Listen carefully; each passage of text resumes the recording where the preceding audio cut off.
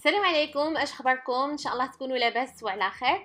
هاد النهار بغيت نشارك معكم فكره حليوه مزيونه بزاف ديال غراتان بالكفته ولي شامبينيون. بطبيعه الحال ممكن تغيروا الكفته بالدجاج او لي شامبينيون باي حاجه بغيتو. كلشي ممكن. انا بغيت نشارك معكم في الاساس الفكره ديال الغراتان اللي تجي غزاله وتجي ان غراتان لذيذ وزوين بزاف. ان شاء الله يعجبكم. نخليكم مع الطريقه.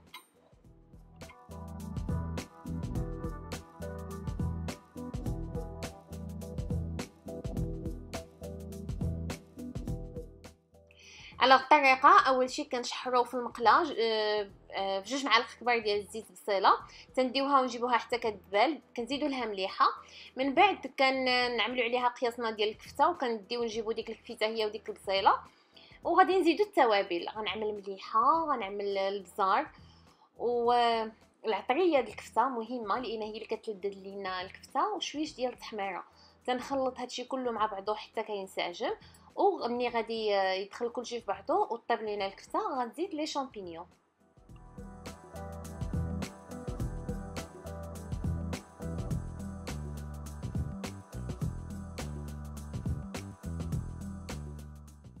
الوغ الان تنزيدو 3 المعالق كبار تقريبا ديال لاصوص بيشاميل لهذا الخليط هذا ديال الكفته والشامبينيون.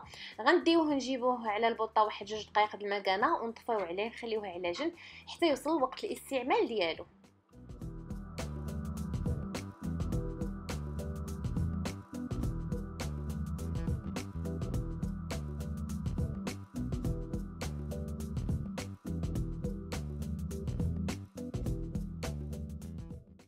والان المرحله الثانيه في التوجد ديال هاد لو غراتان. دونك البطاطا سلقتها، قطعتها طريفات صغيورين وسلقتها في الماء، عملت ليها مليحه. مهم اننا نعملوا لها مليحه باش تجينا الليوده، ما تجينا شي باسله.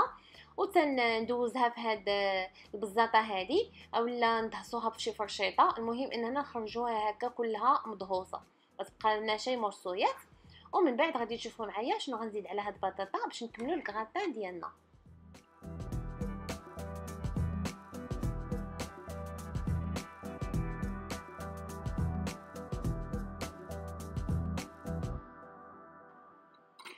الوغ على البطاطا غادي نزيدو اول شي 2 ديال البيضات المليحه. خصنا ندوقو، الا محتاجنا نزيدو الملحه نزيدو، لا الا جاتنا هي هذيك في الملحه صافي بركه.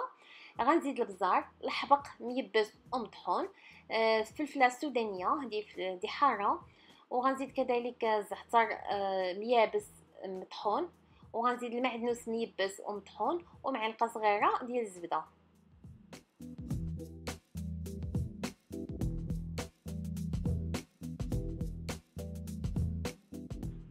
وبالنسبه للقياس ديال البطاطا، انا هنايا عندي 3 ديال البطاطات كبار.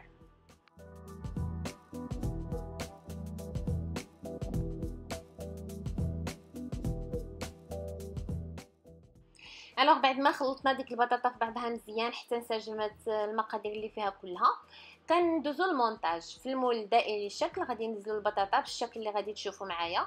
دونك غنعملها كلها على الجنيبات ديال المول، وغادي نخلي حفره في الوسط. هاد الطريقه هذه كتجي حليوه جديده، واول مره غادي تشوفوا معايا هاد الطريقه هذه، ما سبقلاش نزلت على اليوتيوب لان هذه الفكره ديالي.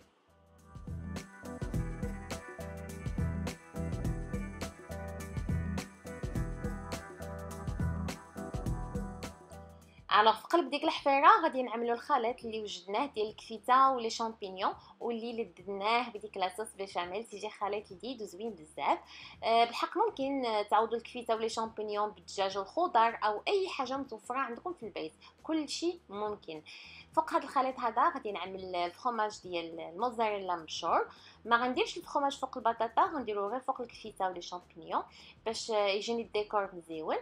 وبالظهر ديال المعلقه غادي نعمل دي موتيف على ديك البطاطا بالشكل اللي غادي تشوفوا معايا. وصلت عندي كندخلوا هذا الكراتان هذا للفران يطيب على درجه حراره متوسطه، وغادي ناكلوه بالهنا ان شاء الله. وكنتمنى هذه الوصفه تعجبكم. كراتان كيجي مزيون عامل بحال الشميشه. وإلا عجبتكم الوصفه ديال اليوم اشتركوا على قناتي وشجعوها، وخليتكم بالراحه والى وصفه قادمه ان شاء الله.